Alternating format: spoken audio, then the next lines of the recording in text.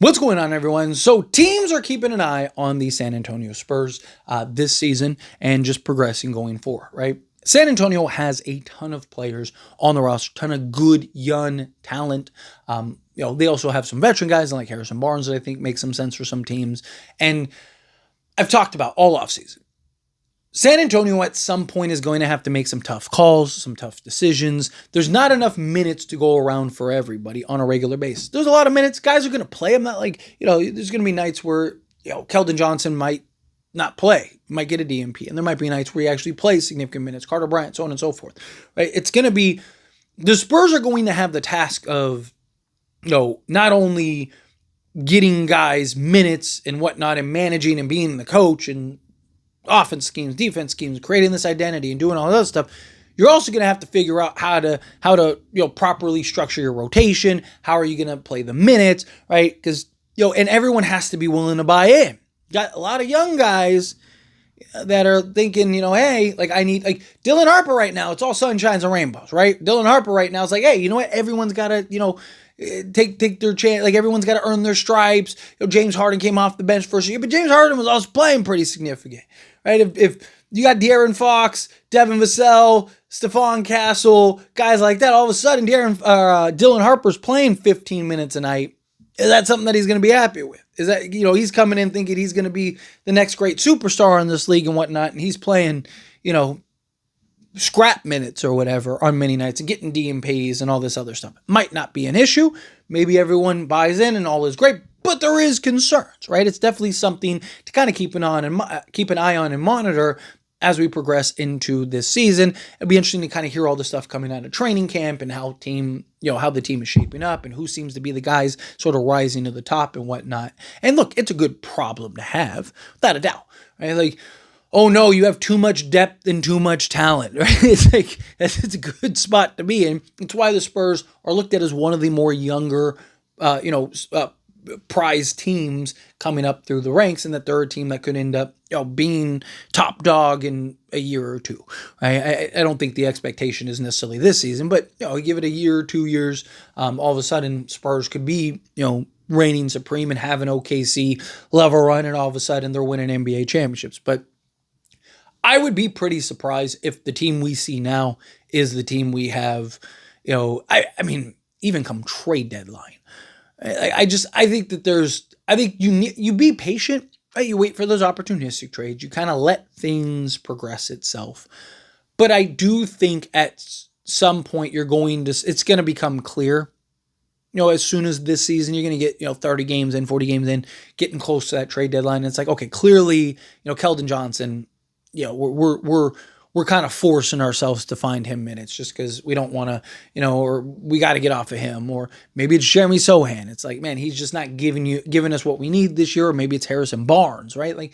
There's so many potentials. You also don't know who becomes available at some point and stuff. And all of a sudden that right guy becomes available. It's like, oh, maybe this is the guy we push our chips in for, right? Maybe this is the guy that we go and make some moves. You never know what teams thought they were going to be good, and now you got the star that's disgruntled or whatever, and they're just like, dude, get me out of here type thing. Or, maybe Devin Booker with the Suns is like, I want to get out of here. And Phoenix is like, man, we can get Booker and Fox, pair those two with Wemby.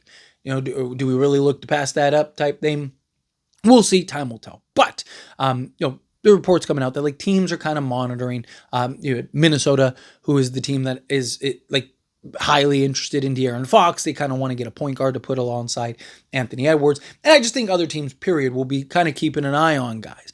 Who are those guys that the Spurs end up having to ship out or make decisions on, right? Devin Vassell, I think there's some teams that would jump at the opportunity to go get a Devin Vassell. I think, Keldon Johnson, I think he's the guy that some teams would be willing, hey man, get us a bucket getter off the bench. Get us a guy that can give us, you get some of these teams that just their bench scoring isn't great. And it's like, Keldon Johnson could solve some of that. If he can give us, 15 a night off the bench, perfect, beautiful. We're in shape. So, it's good. I think you're going to have the Spurs just naturally throw guys out there. But I also think that there's potential that a lot of rumors, because I think there will be a lot of them going into the season.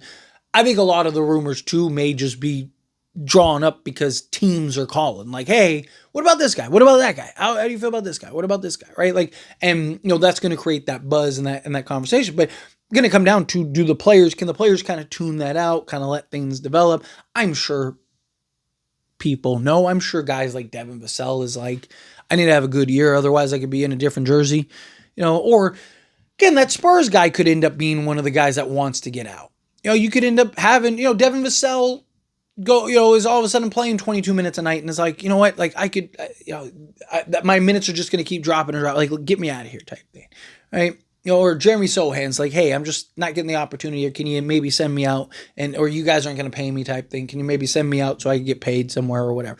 Right? There's so many things that could happen between now, trade deadline, now and the end of the season. I think I look at, like, when you hear these news and these reports and stuff like that, I look at it more beyond this year. I do think and could see some minor trades or some significant trades by the trade deadline, but I don't think we'll see like unless again it is like a superstar type thing where it's like, ooh, we could go make this now. Because you gotta keep in mind, now that you have De'Aaron Fox, you have more incentive to go all in than you did before, because you don't have 3, 4, 5 years to really see this through. Also, Wemby wants to win sooner rather than later, but you can't spend the next 3 years developing, because at that point De'Aaron Fox is on the decline. Right, so you need to kind of, and you basically wasted his contract. You need to kind of sooner rather than later. I'm not saying you have to necessarily do it this moment or this season, but in the next year or two, Spurs are really going to have to start shaping up and rounding out what exactly it is that they want to be and the type of players and the team. And, okay, who are we giving those contracts? Because every year going forward, you're going to have to give somebody new an extension. You got Jeremy Sohan coming up. You have Jeremy Sohan, you're actually going to have to pay. But then Victor Wembanyama is going to get his extension. After Victor Wembanyama, it's Stephon Castle. After Stephon Castle is Dylan Harper and Carter Bryant. If Carter Bryant's really good for you, you're going to have to pay them. So it does make sense that teams are kind of keeping an eye on some of the young guys, right? A Julian Champagnie becomes available, right? A Carter Bryant. It's like, hey, maybe we can go and get him. If one like Stephon Castle or Dylan Harper end up, one of them ends up kind of being the odd man out. It's very possible that teams kind of come up and are like, hey, what are you looking for Stephon Castle or Dylan Harper or whatever? Maybe it's De'Aaron Fox, right? Like, the only guy that we know is not going anywhere is Victor Wembanyama. Outside of that, I just, you need to see, you need other guys to prove themselves. So having all these teams kind of monitoring and watching and keeping an eye on the Spurs, I think it makes the most sense, because Spurs, more than anybody, are probably going to have to make some tough calls, some tough decisions in the next few months. So it's like, kind of keep an eye on that all. But anyway, as always, this is a discussion, pass question on you. Let me know your thoughts and opinions down in the comments. That being said, if you haven't liked this video, hit that like button. Helps me a lot, so we enjoy these types of videos, and I truly appreciate it. Not subscribe channel, hit that subscribe button, turn on the bell notifications. Appreciate y'all. See you in the next one. Thank you.